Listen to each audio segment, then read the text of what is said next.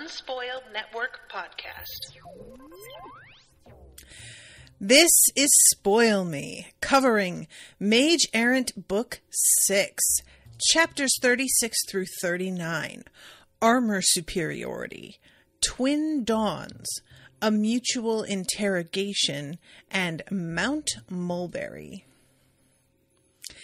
In these chapters, our friends wind up meeting a princess. They don't realize that's what she is, though. And almost get someone to blow their cover, which really works out because it had nothing to do with them. I really want to know what's going on there, though. Welcome to Spoil Me.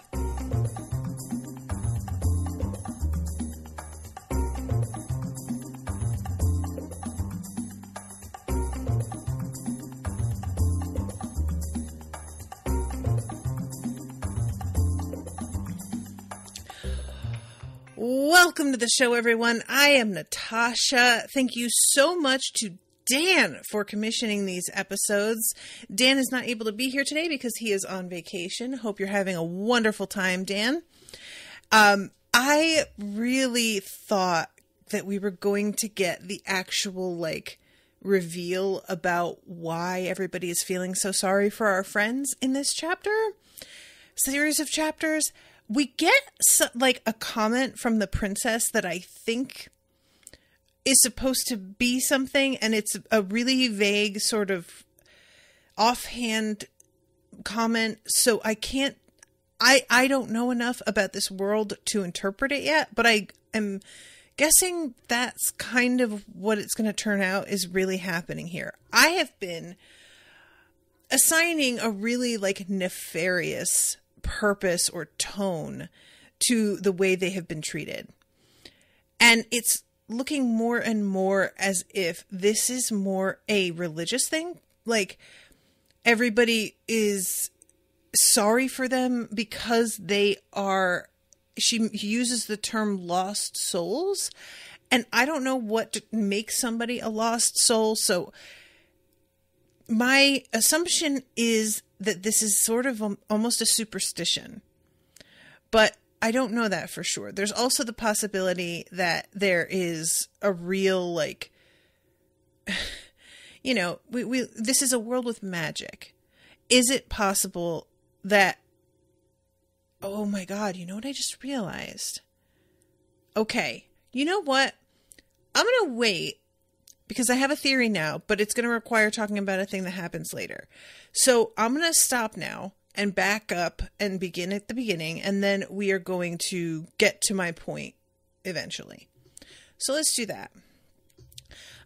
Chapter 36, we are in the midst of this battle, which we get the name of these people a little bit later, and it turns out there's basically a war going on this continent or in this world. I don't know if it's specifically the continent, I don't know.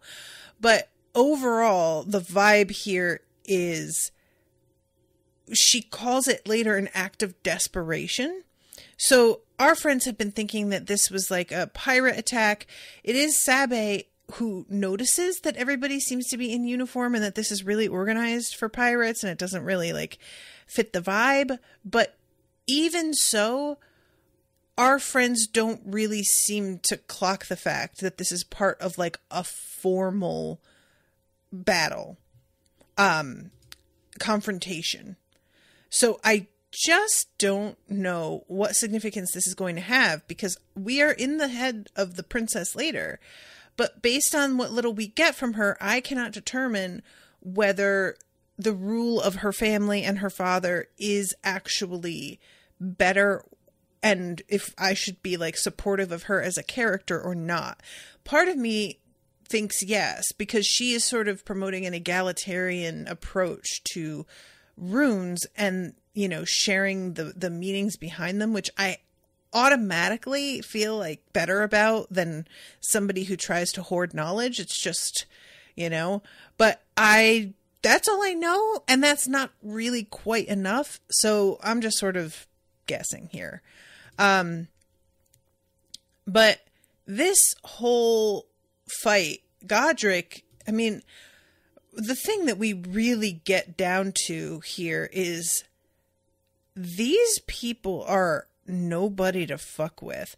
I was really, looking back at it, I was kind of arrogant in the way that I approached my, like, guesses about what was going to be going on with our friends in this world, because if you'll recall, I said something about how, like, well, yeah, they have rune magic, but then our friends are going to, like, maybe at some point bust out their magic and show all of these jokers up and essentially impress everybody and make themselves seem really somebody to be feared, and that would change the whole tone of things once everybody knew what they could do. And that's not to say that our friends don't impress people here, because they clearly do. That's why they're summoned to her. Well, that and the fact that they are also aliens. But the reality here is that even though our friends managed to, like, turn the tide of this one battle, this is not as easy as they were expecting at all. They really get put through it.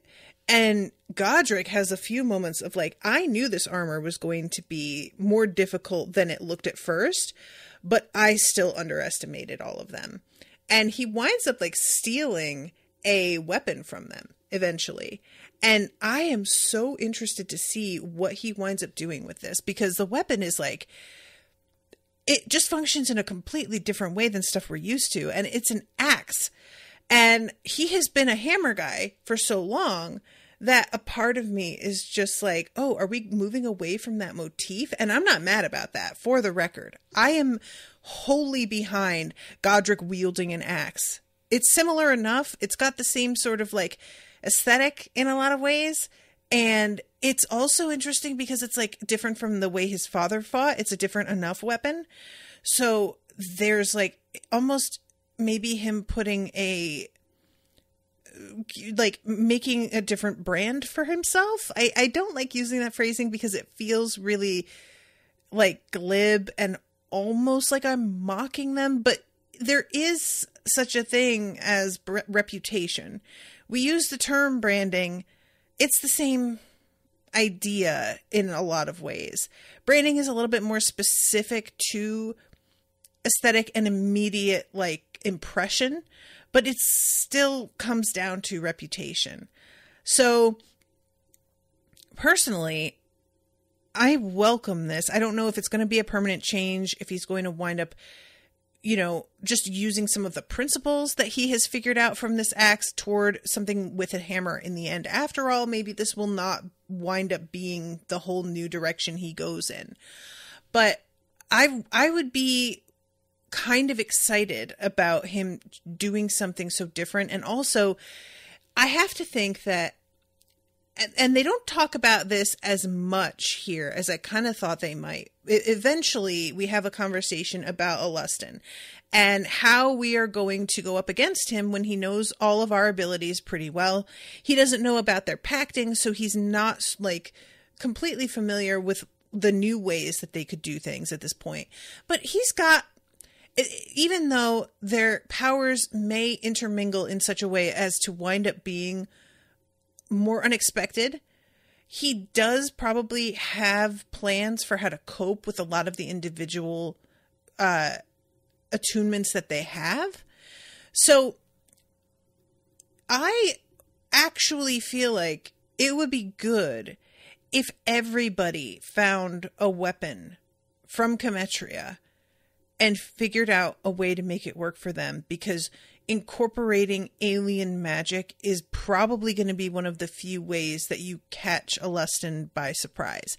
I don't know how else to get the drop on him, other than managing to combine affinities in a way that's really new.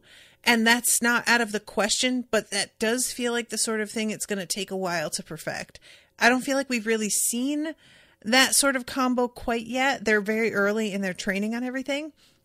So anyway, this battle, I'm not going to go into it. Just suffice to say, they are impressed and realize that if the Kemetrians decided to come to Anastas, it would be a fucking wrap. like the Cometrians would just plow through them. It would be nothing. And Hugh is sort of like, I really hope that there's like no easy way to bring an army through the labyrinths or anything. But evidently there were some things in Galvacrin's guide that point to that maybe that is a possibility. And he's just like, it would be super cool if that weren't a thing, though. I really hope not too. But I say that and I'm also like, what if you got some people from another world on your side and brought them over here, though? What about that? So I have all kinds of things to say about that, but we will get there. So we then have, we go over, like, we start off with the battle with Godric. We go over to Talia. And I have said before, you guys, the fights here are really, really interesting. And I enjoy reading them and seeing what our friends can do. I do not find them that interesting to talk about afterward, though. I am much more, like, my priorities lie with our friends as people, with our developments in terms of the politics and the landscape there. So seeing how they can advance their magic in their battle it's just like much more interesting, I think, to read than it is for me to discuss most of the time, unless there's something very specific that's happening. The thing that I really want to mention is, once again, how deadly Talia is. There is a moment where I wanted to be like, girl, the grass sea had actually caught fire in a dozen patches where the bone shards had fallen, but it didn't look very likely to spread as it rapidly receded behind them, to Talia's mild disappointment. She would have liked to set an entire ocean of grass on fire.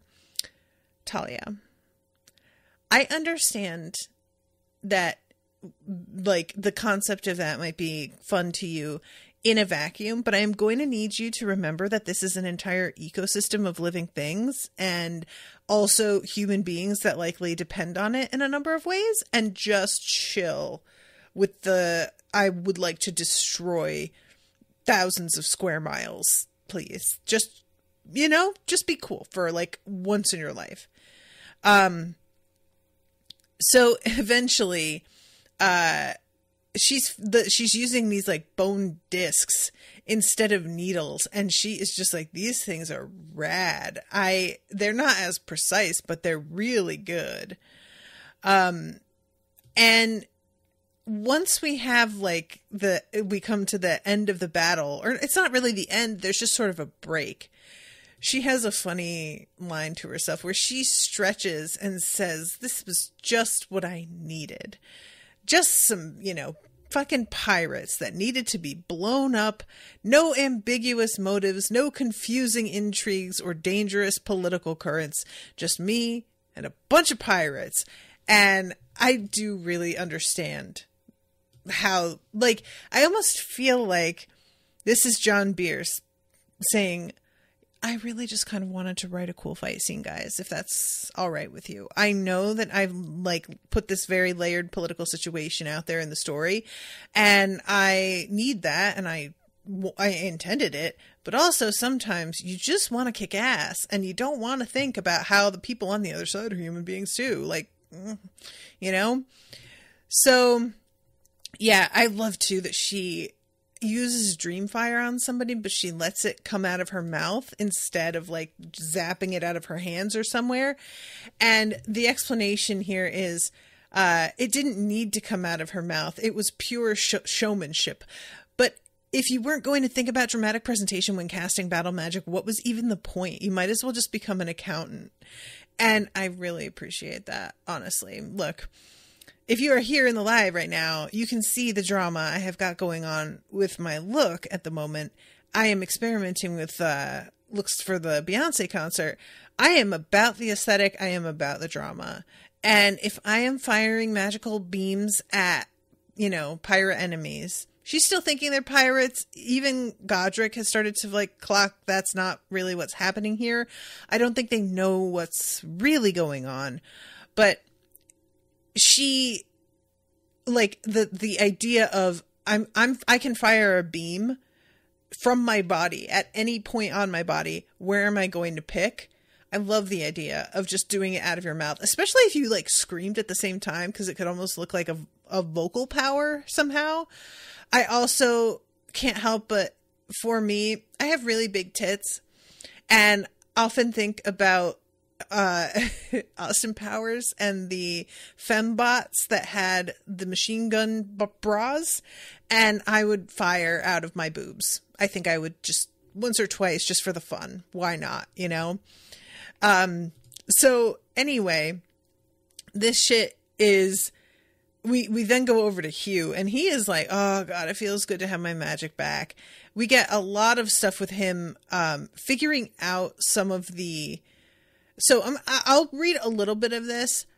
He used one crown node as a simple bludgeon, repeatedly battering it into enemy soldiers like his old misshapen crystal he'd lost in Lothal. And I really thought that was funny, just the idea of it just slamming into people. By the time Godric had finished off the suit of paper armor he'd been grappling with, shredding its front with thousands of steel nails he'd pulled from his storage tattoo, and set sliding at high speeds across the surface of his stone armor like some deranged giant rasp, Hugh had used the Stormlord's crown to turn the battle in this link of the ship chain entirely in the favor of the defenders. And I love when he meets with Godric and is like, so should we go back to our room and like let them take care of it, or should we go up top again? And I love Godric. I think we should head toward the front through the interior. Look for enemy troops inside. You're just looking for an excuse to use that instead of your hammer, aren't you? I mean, it's sure one of my motivations. My hammer's definitely more useful in the open than down here, but it's not a bad plan by any means. Also, I'm not actually sure how to deactivate this thing's enchantment, and I don't want it shredding everything in my storage tattoo. And I did like that as well, because yeah, it turns out that this thing has got some stuff. it just like converts matter, which is wild. So when we go to chapter 37, by dawn, the battle was over and done with, or rather, by the first dawn. There were apparently 2 dawns on Cometrius. There was only one sun, but its light impacted the ring around the planet almost an hour before it rose over the horizon, making it almost too bright to look at and lighting up the sea of grass around the ship chain. The light it cast was more silvery than the light of the sun, giving the near featureless landscape around them an eerie cast as they slid through it. And I thought that was so cool. Like, I wonder if, a lot of John Bierce's ideas are fundamental to actual science that he has clearly, he has researched things. And I really wonder if he has done some research about what a sunrise on a planet with huge rings would be like. You know, this feels like the sort of thing that is based in reality. And I say reality hesitantly because there are actual rings out there with, there are planets that have those. We can see them with cameras and stuff. I don't know how much we can put anything on the surface of other planets at this point other than Mars. Have we done that with other planets other than Mars? But I have to assume that they can tell what a sunrise would probably look like using physics and math and whatnot. So this is something that I just, have my own curiosities about. And yeah, everybody is just sort of recovering, and this is when he's thinking about how the Cometrians could really fuck them up. There is this moment, you guys. Hugh had been expecting Mackerel to be irritated at them for not waking him and letting him sleep through an entire battle. But he'd found, to his surprise, that Mackerel was nowhere to be found in their rooms. A little bit of searching later, they found an absolutely filthy Mackerel lying on top of a disturbingly large pile of enemy corpses in one of the rearmost passenger barges, all of which appeared to have been killed by massive blunt force trauma, the combined force and frost blast from Mackerel's strap, or just by terrifying numbers of paper cuts. None of the corpses had hats or helmets, and Mackerel looked disturbingly pleased with himself. So, the hats thing, again with Mackerel, I really do enjoy this. The idea that Mackerel is out here just laying waste to enemies, and they don't know about it. They just find him in a room with a pile of corpses. I mean, it's actually terrifying. It's actually genuinely kind of spooky, but I'm very much here for it. And Sabe is like, he is maturing. He's tidying up after himself. And eventually, Hugh is like, I'm pretty sure she just keeps saying things are evidence of him maturing to fuck with him. She's just trying to piss him off. It does seem like it's working. I'll say that. So they are thinking about like the paper armor and how much more difficult it was to deal with than they expected, and how, you know, these weren't even like big ones. They had seen big ones somewhere else and just wondering what those are capable of. There were good reasons that all combat didn't devolve to great powers, and why armies in Mage Corps were still necessary for warfare. No great power could be everywhere, and many of them were highly limited in how long they could sustain combat at full strength. Hugh really hoped there was no way to move armies through labyrinths, etc., etc. And I'm wondering if that's going to turn out to be a thing after all. So this is when we have something wild happen. A rune appears in the sky. And obviously our friends have no idea what that means. They are seeing this. Everybody around them is reacting really excitedly and very strongly. They look at the rune and they pass out. They collapse and like convulse as if they are having a seizure. But then almost immediately are able to pick themselves up and seem fine and are really, really happy again. And our friends are all just sort of like, what in the fuck is going on? And they go back to their own rooms, but they're not really able to sleep. And this is when we jump to the princess's POV. Princess Takhanen. And this barge is called the Serpent Barge. And the fact that this is a serpent barge and I'm with Princess Takhanen, I was just laughing because I'm covering One Piece right now. And the arc that I'm in, he is with the serpent princess or the snake princess. And so I've got a lot of like princesses and a lot of snake motifs going on lately. It had been 15 years since the last important rune had been born, and their sole possession of the rune had given the Bazin family power enough to launch their rebellion against her father's reforms. This new rune, if useful enough, could potentially turn the tide against the rebels entirely, ending their attempts to turn back the march of history. Takhanen couldn't help but think the strangers were somehow associated with the appearance of the new rune. So it turns out that the rune is to do with crystal structure. And it's a really interesting, like, this is something that later on when she's like talking about this, she is realizing that when there are esoteric types of runes, they are often not seen to be real useful right away, but they end up being applicable in a lot of like creative and interesting ways. And so often people will put more value on something that seems extremely like obvious immediately to be useful in limited specific ways, but that ultimately the ones that don't have such a pointed use are a little bit more versatile and can do a lot more things. And so there is a sort of almost like big picture versus small picture or long term versus short term. She is really fascinated at the idea of this rune and what could possibly be done with it. So she has them brought in, and I love that there is a woman here named Yorta, who is an elderly chaperone, and she whispers to the princess, "Demons." Takana rolled her eyes at the old woman's superstitions, and I love it because later on we find out Yorta is like no such thing. She knows where they're from when she sees them.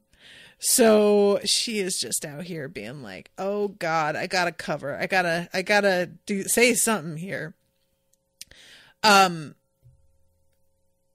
she tries to speak to them, and it turns out that she knows a number of different languages, and one of them is Radan, which is the language that the Ithonians had tried to target unsuccessfully. And the fact that that's a language that is spoken in another world is really, really fascinating. So there's this moment, here it is.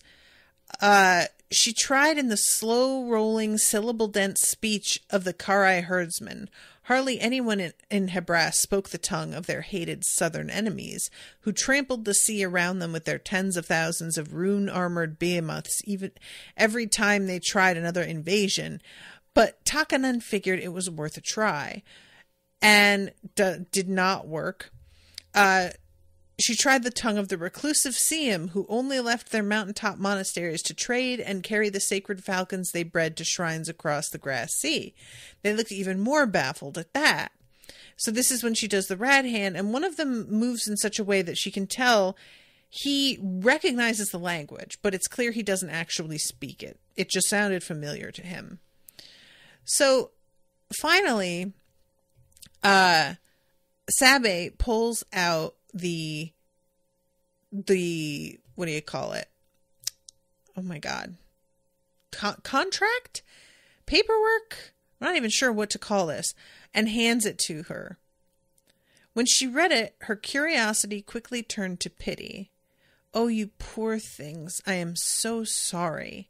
Any need these poor souls have is to be met even before my own. We will not stop the Serpent Barge today for repairs, but will perform them on the move so as to not delay their journey. Your Highness, that will cause immense strain to the engine, as well as all systems throughout the Serpent." Takanan gestured at him for silence. To quell any hard feelings, though, she had the letter from Sir Apchek carried to the captain, whose concerns were quickly replaced by his own look of pity. Takanan exchanged a few mutually incomprehensible prayers for good fortune with the lost souls, then had their letter returned to them before they were escorted out. Oh my God. And the appearance of lost souls frequently heralded the birth of new runes, especially when they involved themselves with consequential earthly affairs. So, lost souls. I'm going to say, this is the thing that I sort of started thinking about earlier. Ooh, there's a comment here from MX Shard. Hold on real quick. A rune based on crystal structures sounds like it has a lot of potential for interesting things since construction is so prevalent in Kemetrian magic. Yeah, and they're clearly in a boom at the moment. So it feels like this is the time to be getting some construction applications underway. But what I was thinking is that the fact that they don't, I've been sort of assuming this whole time that runes are something anybody can use as long as you can write them. I had conveniently forgotten about how the workers are seen charging up the runes somehow. Not charging them, but priming them essentially. And I don't know if you can use something that has a rune on it if you aren't capable of priming it. Is it still, you know what I mean? It's a sort of question of I don't know how to build an engine, but you hand me a built engine and I can use it. I can turn it on. Is it like that? Or do you have to have the capability of actually priming it for the sort of connection to happen? that allows you to utilize it. I don't know. I have to assume they're usable by everybody. The only reason why is they are so ubiquitous that either everybody can use them, or the people who can't use them are seen as a total non-factor, which like would not be out of the realm of possibility for human beings in general, because those who are able to often do not really pay much attention to those who are not able. There are lots of precedents for that. So I don't know, but the idea that maybe if you're born here, you are born with the ability to use these runes, and that's just across the board, then the fact that our friends looked at that rune that had been born in the sky and had no reaction, while other people looked at it and collapsed and went into convulsions. I'm assuming that collapse was due to almost like a restructuring of their hard drive to make room for this new information, and for all of this like to, drop into their mental files and get sorted.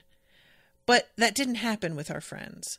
And so I'm wondering if the fact that they can't or don't know how to use these runes the way that everyone else does, I was just assuming it was a matter of ignorance, but it almost seems like it's a matter of genetics. Like, if they didn't have that reaction when they looked at the rune, maybe they just can't do this stuff, period. And maybe that's what it means to be a lost soul in this universe. Maybe it's just that you don't connect with the runes for whatever reason. And the concept of the rune appearing is really interesting because, the appearance of lost souls frequently heralded the birth of new runes. Well, I don't know if lost souls always are people from Anastas. I'm going to guess not. But evidently they're, engaging in this battle is probably what started this whole thing going with this rune, because the crystal thing, it's clearly linked to Hugh. So I don't know what I genuinely, I'm like, I had thought this whole time that maybe if they were able to, they could learn how to do this, but I'm like, maybe they can't, or maybe there's a sort of induction and eventually they could, but it would require permission or outside help. Anyway, the spontaneous creation of a rune from magic being performed here, this is not something that has been caused by a human interference in terms of like a human had stood there watching the battle and pulling the concepts of the magic from Hugh's battle from mere observation and then funneled that into the creation of a new rune. This is like a spontaneously occurring natural event, it seems like. And I am really wondering how exactly that works. Like, they have to use their ether. They have like mana wells and they pull ether in order to fill those mana reservoirs, right? And I'm wondering if it's just the presence of this otherworldly mana in the air, because the fact that it was Hugh's, like, it's a rune that is, it seems specific to Hugh's primary affinity with the crystals.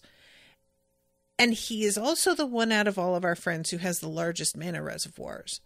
So if it has to do with a sort of interaction of the ether in this world with the ether or mana of ours, then it would make sense that the rune would form based on Hugh's, since he would be the one pouring the most mana into the atmosphere. But again, this is all just like conjecture.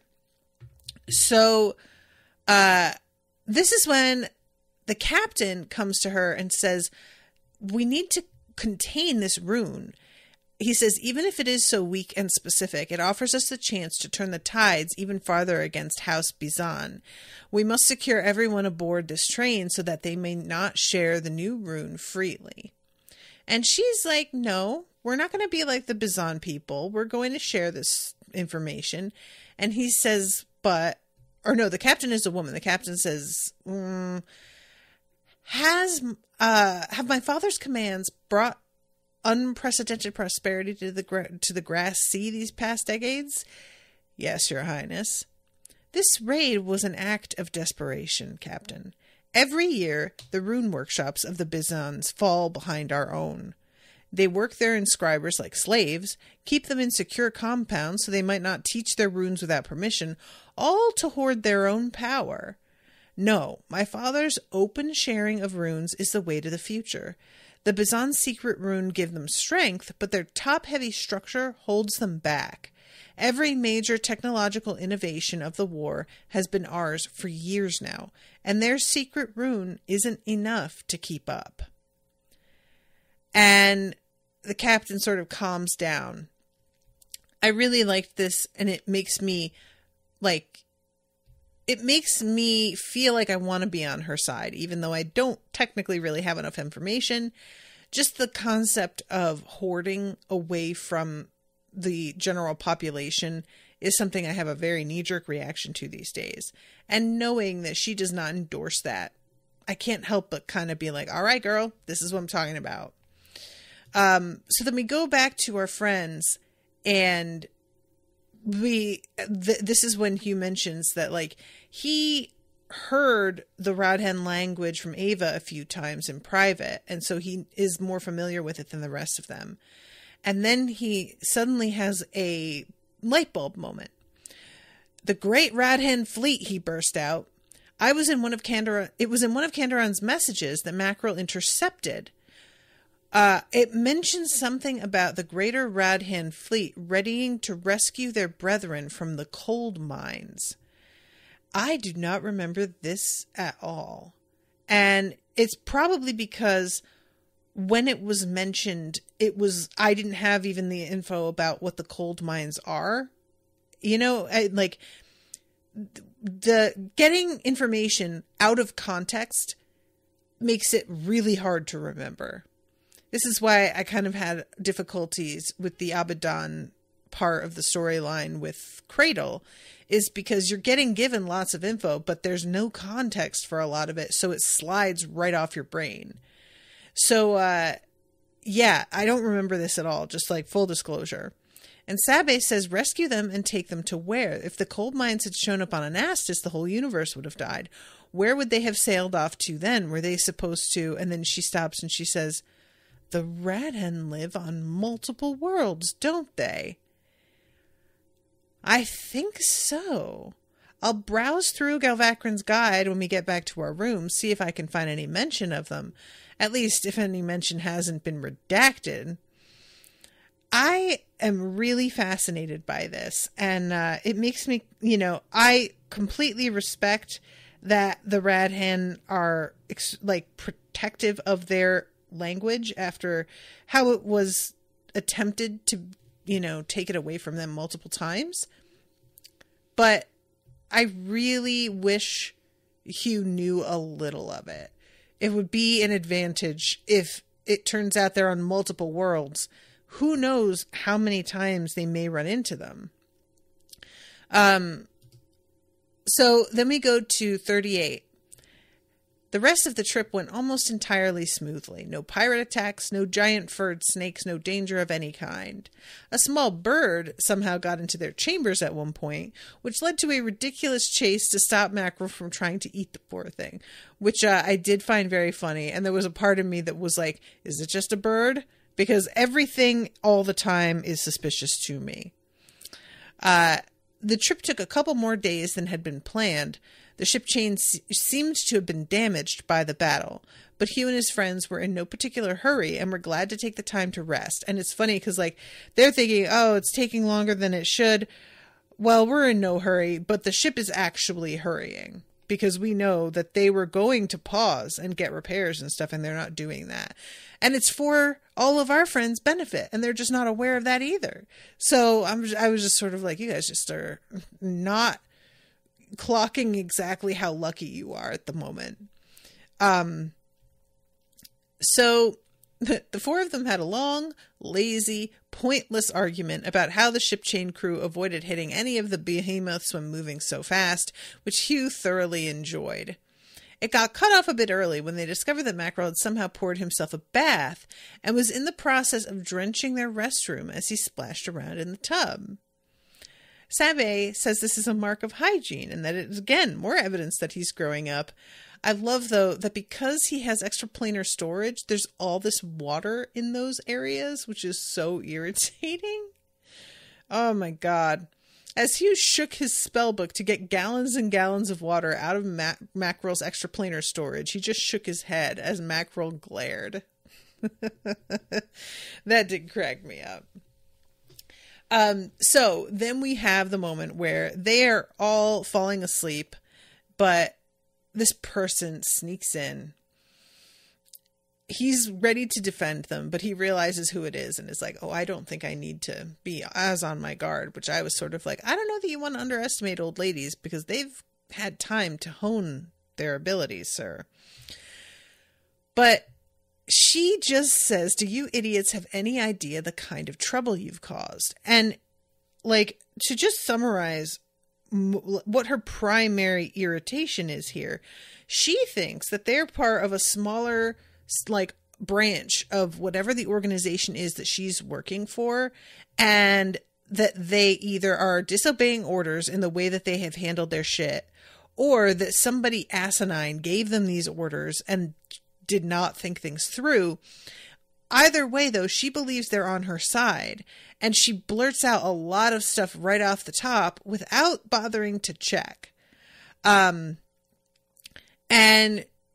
she says, you Ithonians are mostly useless at learning new tongues. And I was like, all right, that felt like a real pointed jab at Americans. I didn't need that.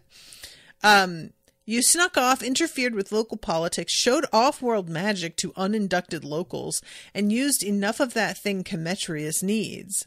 Used enough of that magic in battle to trigger the formation of a whole new rune, which is the last thing Kemetrius needs.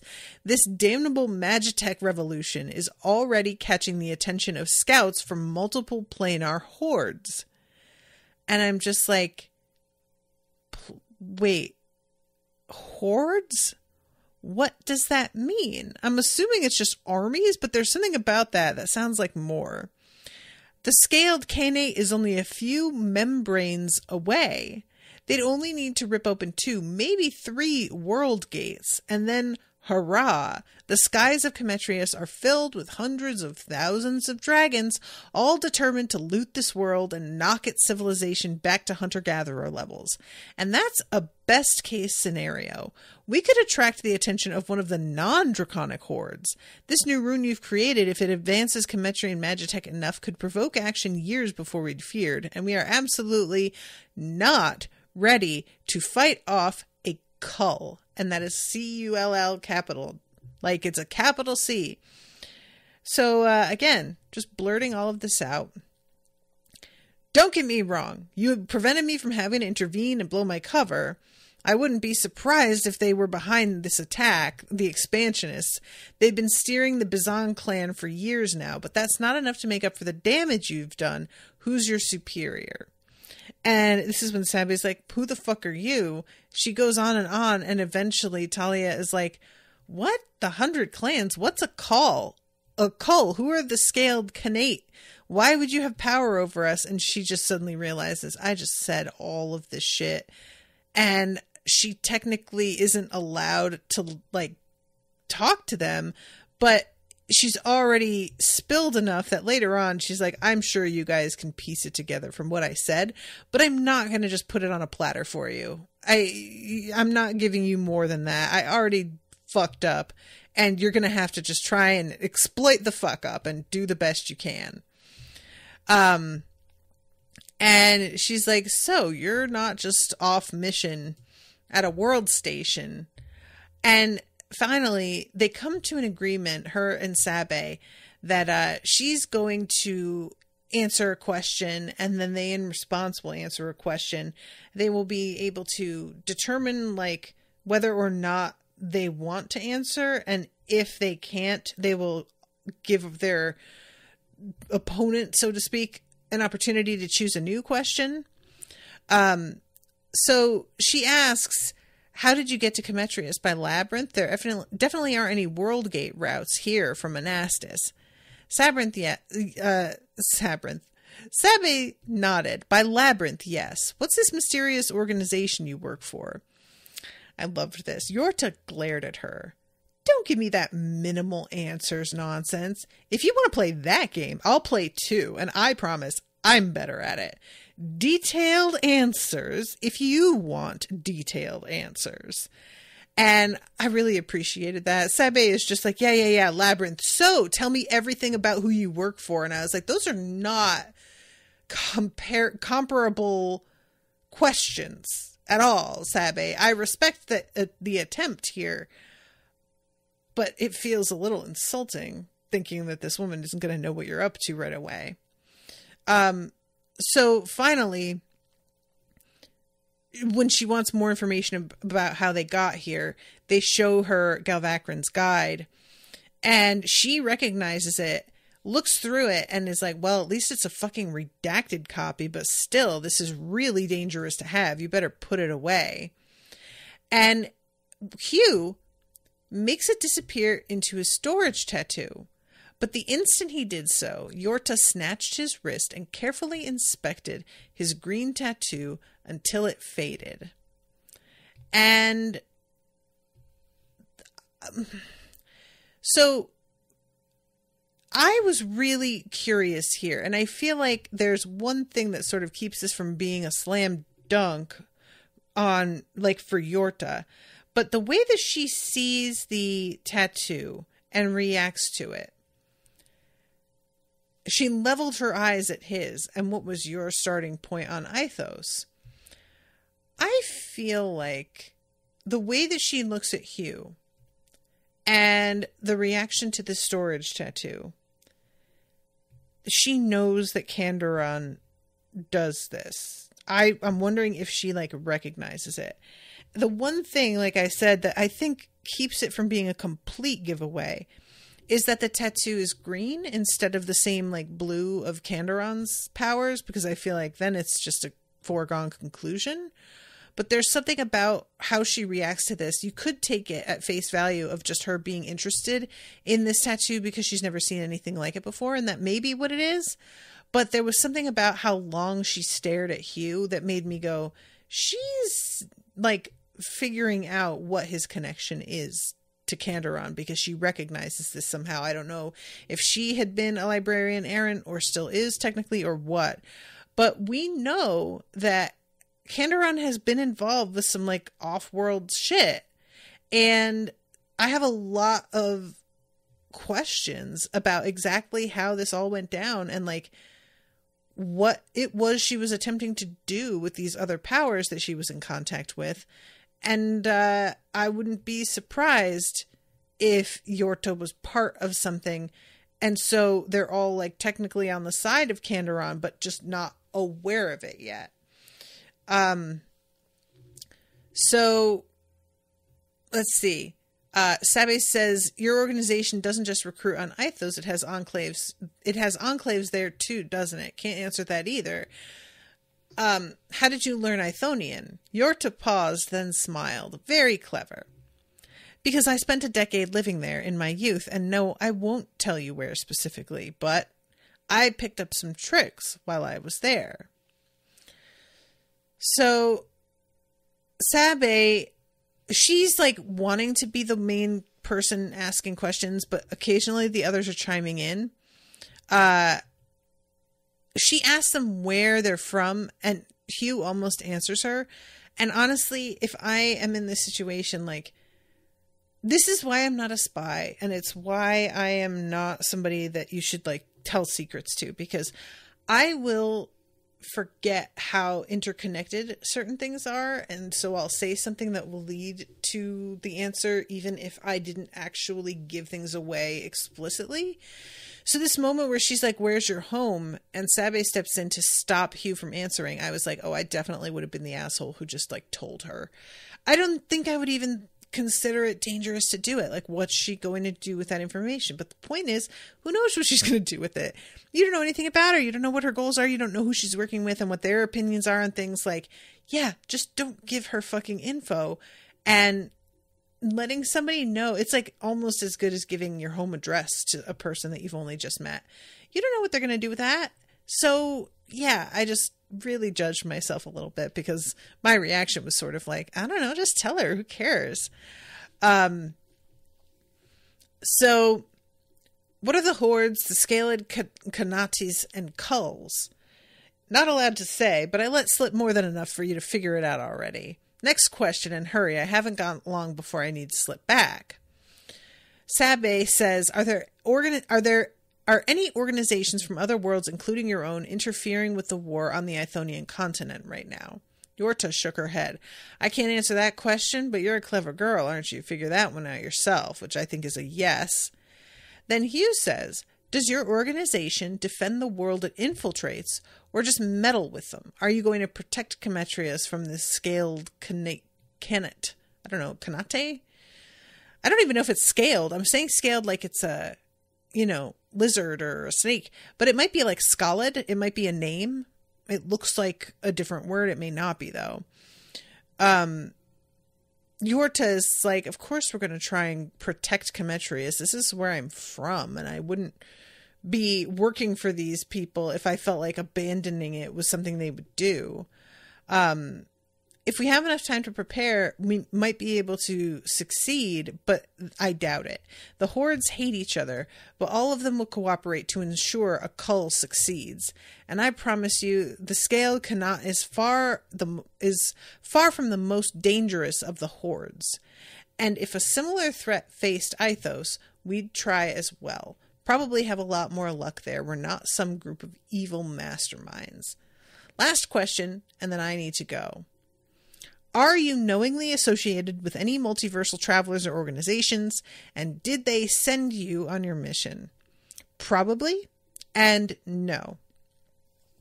We've had close contact with a double handful of great powers, but they didn't send us here. We're against the will of a couple of them, in fact. And she's like, that's interesting. And I kind of felt like if she suspects that they have been working with Kandaron, then she may think they're working against Kandaron here.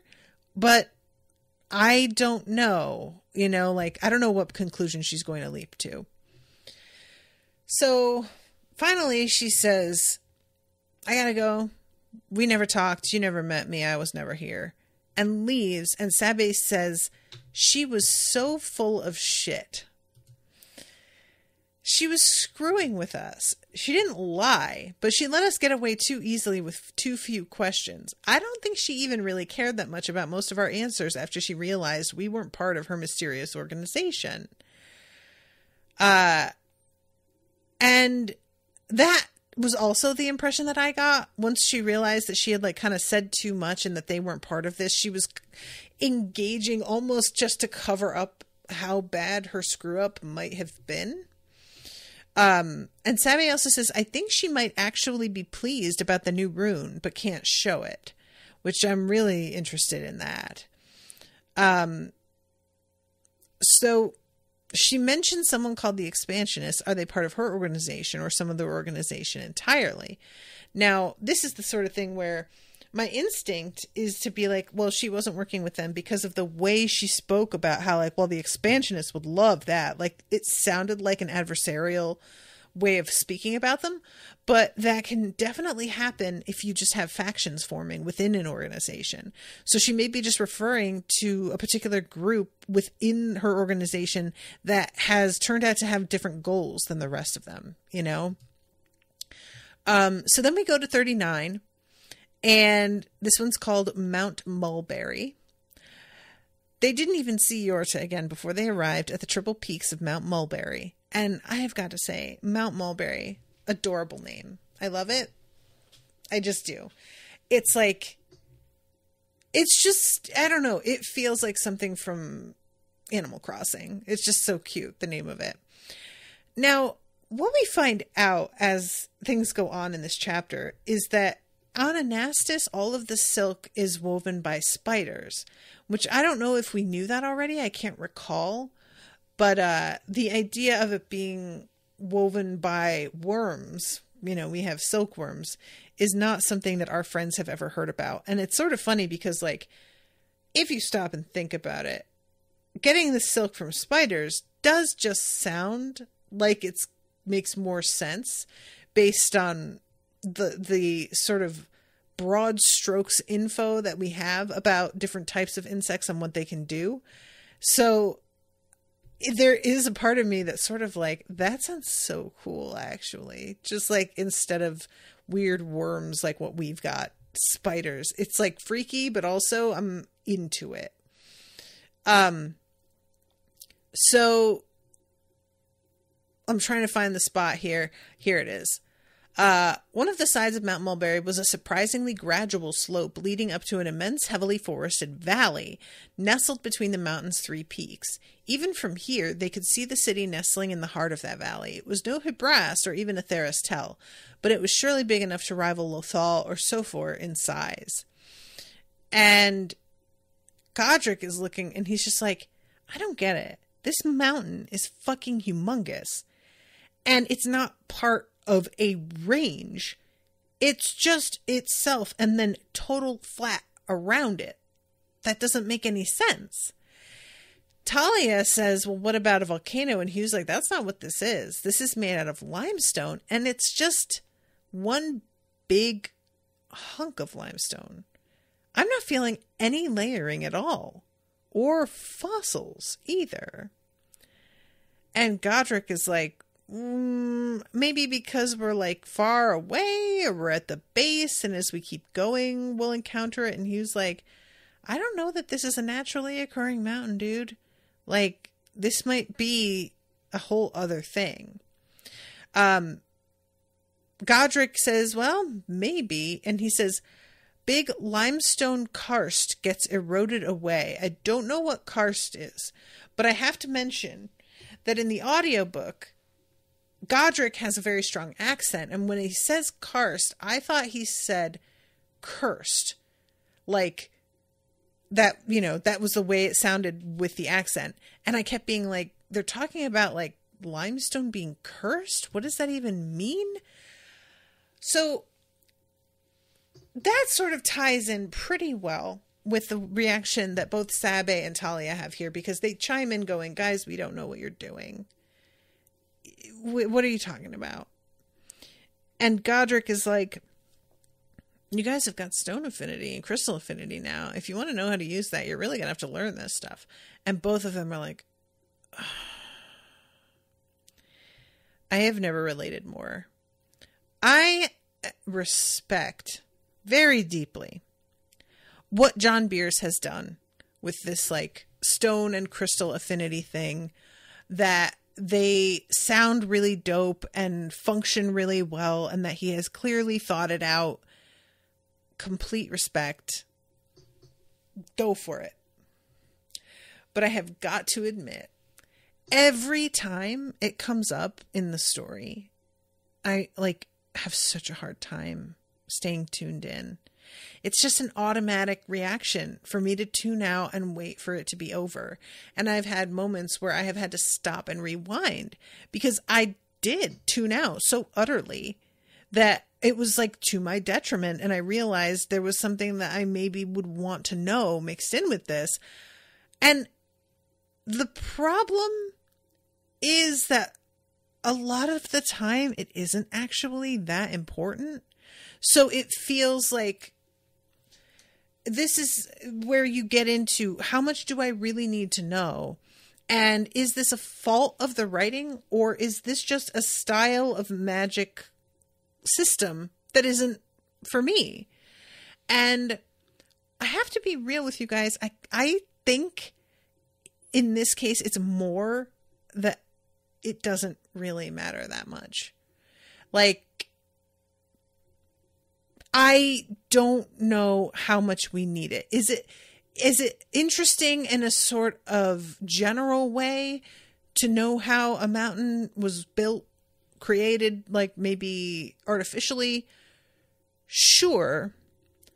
But it feels like the sort of thing that unless unless it's like actually part of the plot, like turns out to be key to that, I can't think that this really needs to be in the actual text. It feels like the sort of thing, like if you are, a world builder and you create some sort of supplementary text that your fans can find and read more about this universe that you've made, that's what this feels like it should be in for me, is create a supplementary text with descriptions of, like, the groundwater situation and the geology of different worlds.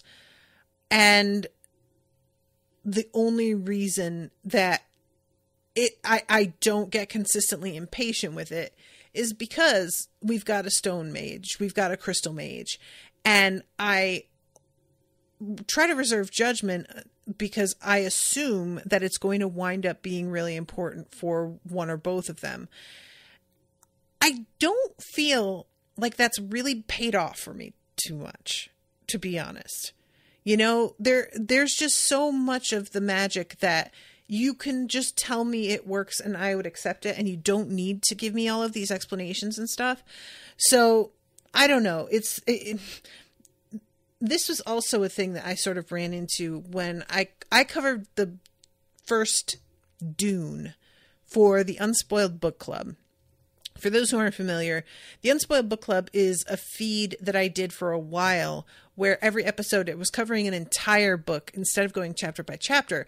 And I often had different hosts with me for all of those.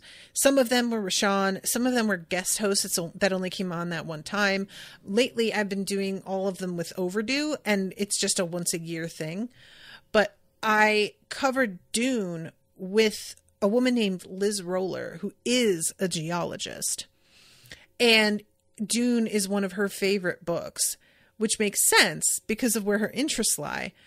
And for me, I found Dune, it was like simultaneously so tedious with a lot of the science that I didn't care about. And then so irritating with we have an ancient organization of magical women, and we're going to make it so that their chosen one turns out to be a man who takes over and runs everything. And I was just like, wow, cool. And then, of course, he just goes on to like white savior, an indigenous group as well. And I was pretty much checked out. So I didn't love Dune, just full disclosure. But it was really interesting to me to cover it with somebody who is a geologist and is super into this, and for whom all of it was genuinely fascinating when I myself had very little patience for it. So anyway, this comes up again later that they're going to need to learn this stuff, and our friends are struggling with the concept of this. So this is when they rent a hover cart, and he was just like, I'm so glad we don't have luggage to deal with, because there are so many people here. This would be really difficult to navigate. And the hover cart is, I think, being pulled by a bird. Huge fluffy ostrich-like birds, which do turn out to be vegetarian because they are eating some greens that some driver tosses out. And it was far smoother and faster than a wheeled wagon would have been. The people taking those looked miserable and were being bounced all over the place, which that sucks. I really get that, though. Have you ever ridden in a car over like uneven terrain? I was in a van with a bunch of other students when we went to the Badlands in California, and there was no road. You just like drove over open ground, and your head would just regularly smash into the ceiling. And we had fucking seatbelts on. It did not matter. We were like kernels of popcorn in a pot. So this is when we start talking about like the fact that this is a glacier formed valley, and the fact that there are no what do you call it? No fossils in the stone at all. And Godric genuinely does not know what to make of that. Let's see. They immediately understood why it was called Mount Mulberry. Hugh wasn't sure he saw more than a handful of trees that weren't mulberries in the forest. The one thing he didn't see, however, were spiders. Given the sheer amount of silk, he'd expected the forest to be absolutely full of spider farms. Instead, the forest was just filled with workers harvesting the trees. And for some inexplicable reason, they weren't focusing on the berries. The workers were filling their sacks with mulberry leaves. And yeah, I only know about like the fact that silkworms eat mulberry leaves. So I buy silk sometimes for making like sleep masks or wraps for my hair. It's really good to keep curly hair from tangling if you have a silk wrap. And a lot of what you look for is specifically called mulberry silk. And that's part of the way that you weed out fake silks, because a lot of markets will say silk in the title, but then you look at the actual like label and it will say that it's acrylic. So what they mean is silky in texture, but it's actually not. So I had been looking for mulberry silk without really thinking about why it was called that. And I then started playing Spiritfarer, the video game. And in that video game, you harvest silk from mulberry trees that you have worms on. And then you have to like spin it into thread and weave it into actual silk. But the way that you get the worms fed is by growing the mulberry trees, and you can pick the berries and keep those to cook, but the leaves go to the worms. So video games can be informative. You can learn from them. That's all I'm saying. So finally, this is when we bring up Alustin. And he says, we got to stop dancing around this. He's threatening to kill countless people. And we don't have a strategy if we ever have to face him. Not even if, when we face him, we don't know what we're going to do. And we have to get the Tongue Eater away from him before he can destroy it. And I'll bet any amount of money that he's got a plan for coping with us. So we really should be thinking about this in a much more proactive way. And this is when Hugh's like, he knows how to defeat each of our individual affinities, and I bet he can adapt pretty fast. We need an actual strategy. And Talia says, I still don't understand why he just abandoned us. Never even tried to recruit us or use us, just threw us away like that. And I had a different interpretation of this. So Godric says because he wanted to use Hugh to get at Candoron, and he knew we'd be against him the moment he hurt Hugh. And Sabe chimes in, and she's like, I actually don't know that's how this was supposed to go. Sorry, I hit my mic.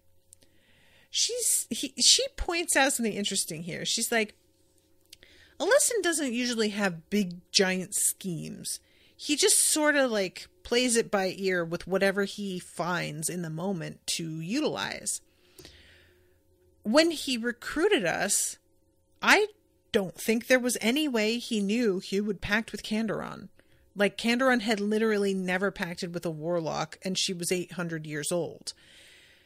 He was just meant to be bait for Bakori. That was all it was. So I don't think there was a way like for him to set this up for Hugh to be a weapon. He didn't know Hugh was going to be a weapon the way he turned out to be. And connected with Candoron the way he turned out to be. He recruited me for the connections with my family. He recruited Talia because he recruited me to turn me into a weapon, to turn all of us into weapons, and then he threw us away. So yeah, the fact that Hugh wound up being loyal to Hugh, or the fact that Hugh wound up being loyal to Candoron, and all of them cared so much about Hugh, maybe he had been going to utilize them. But then shit went in a very different direction, and it didn't work out for him as he planned, which is interesting. And Talia again says, he threw us away, barely used. And I was like, you keep talking about how he hasn't used you enough. Like, you wanted him to put you through your paces more. It's just sort of weird the way that Talia keeps saying it. Like, I know that Talia has a moral compass. I don't think for a second that she's actually like, I wish that I got to fight against our friends on Lustin's side.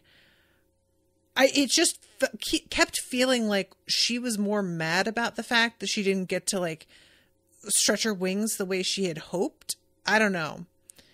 But this section ends with her talking about the different like things that they need to start taking into account regarding what a Lustin can do. And then there's a brief like moment here where they go to the city that they wind up calling Mulberry City. And the difference in magic here, like they're still using runes on everything, but it's a lot more focused on fabric, understandably, because of the silks and everything.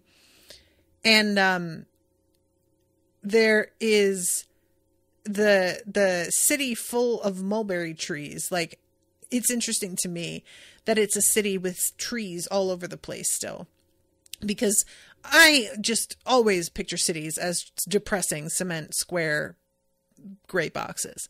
So anytime you've got a city, but it's really heavy on plant life, I'm here for it. I really, there's no reason it shouldn't be. We're just so unimaginative, in our universe. So anyway, all right, I'm way over time. I've got to wrap, but thank you guys again for hanging out. Thank you to Dan for commissioning this. And until next time, toodaloo, motherfuckers.